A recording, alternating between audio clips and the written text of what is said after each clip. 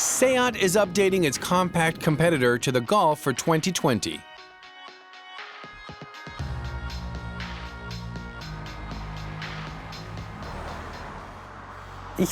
I'm testing out the brand new Seat Leon today. It has been completely redesigned, and it's also grown a few centimeters longer. The most exciting question is, can it pose a threat to the bestseller, the VW Golf? The fourth generation of this model is 4.37 meters long and almost 1.46 meters high. The extra length comes from an extended wheelbase, which has grown by 5 centimeters. At 1.80 meters, it's just as wide as its sister model, the Volkswagen Golf. With a capacity of 380 liters, the two are neck and neck when it comes to their trunk. The deciding factor between the Seat Leon and the Volkswagen Golf will come down to performance on the road.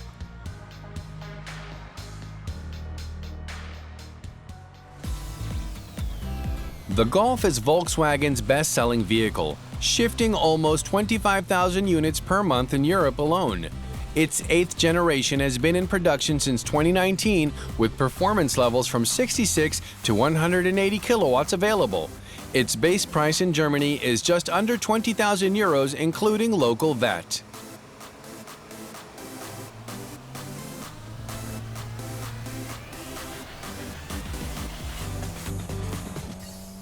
Can the new Seat Leon pose a threat to the Volkswagen Golf? In order to snatch some market share from Volkswagen, the Spanish manufacturer has updated their own compact. Our test model today has a 1.5-liter ETSI engine with 110 kilowatts. It's a gasoline engine and a so-called mild hybrid. This means that we can recover electrical energy when braking, which is then available to use as a boost or for the electrical accessories in the vehicle.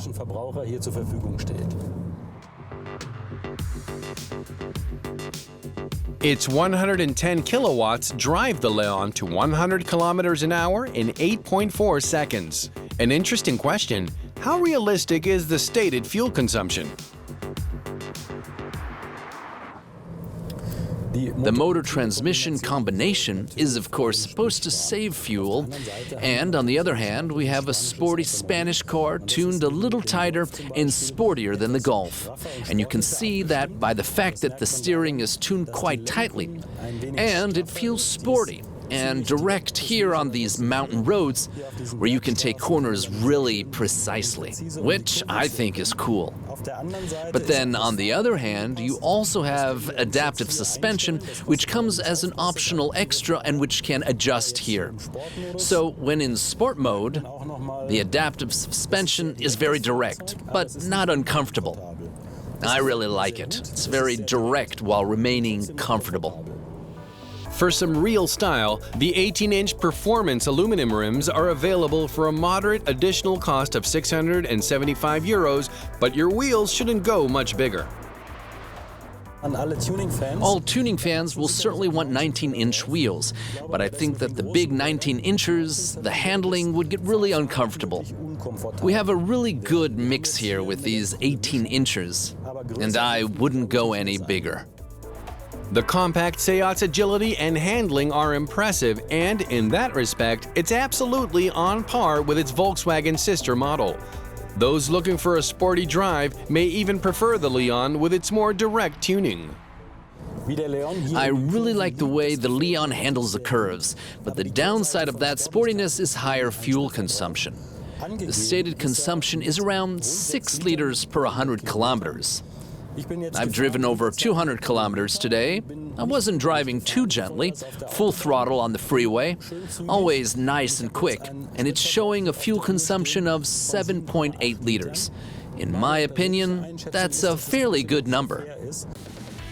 Even with a brisk driving style, including full throttle on the freeway, the Leon still delivered quite a good efficiency, just under 2 liters above its stated consumption. The Leon's sharp interior is also very convincing. One of the most convincing arguments for the Seat Leon is its racy exterior, but I also think the interior is very beautifully designed.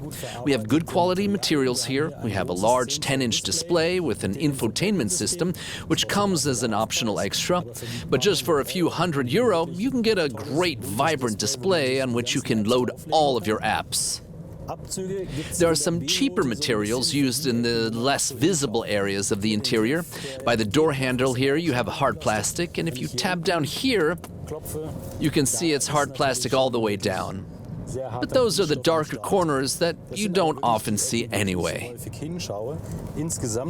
I'm impressed with the steering wheel. It's neat and offers a good grip. The center console is also very neat and tidy, with all your functions being operated via the display. In the middle down here, we have a small stub of a gear selector, which takes some getting used to at first, but it actually doesn't need to be that big, to be honest. Overall, it's very neat and tidy. Here we have a wireless charging cradle for your smartphone, which is an optional extra, but very useful. So, in the end, there's little left to be desired. The materials look good on the surface, as long as you don't look too closely.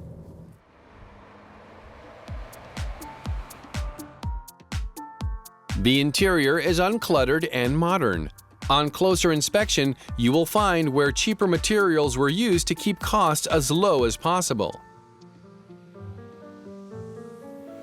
The Leon is an attractive vehicle thanks to its technology, equipment, and the solid workmanship you'd expect in this segment.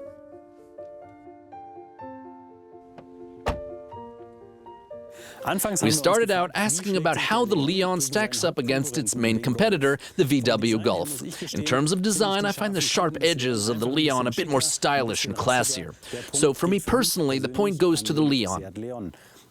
When it comes to space and price, there's little between the two. They both have a relatively small 380 liters of trunk capacity, and although the Leon starts out a bit more expensive once you factor in the equipment, it's a bit cheaper than the Golf. So that's a tie.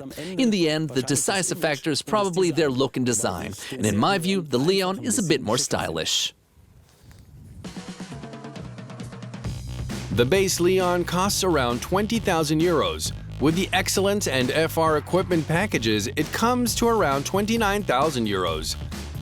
Our well-equipped test car would cost €36,000. With all the optional extras, however, it would still be cheaper than its Golf counterpart. So consumers will have to decide for themselves which of the two they prefer.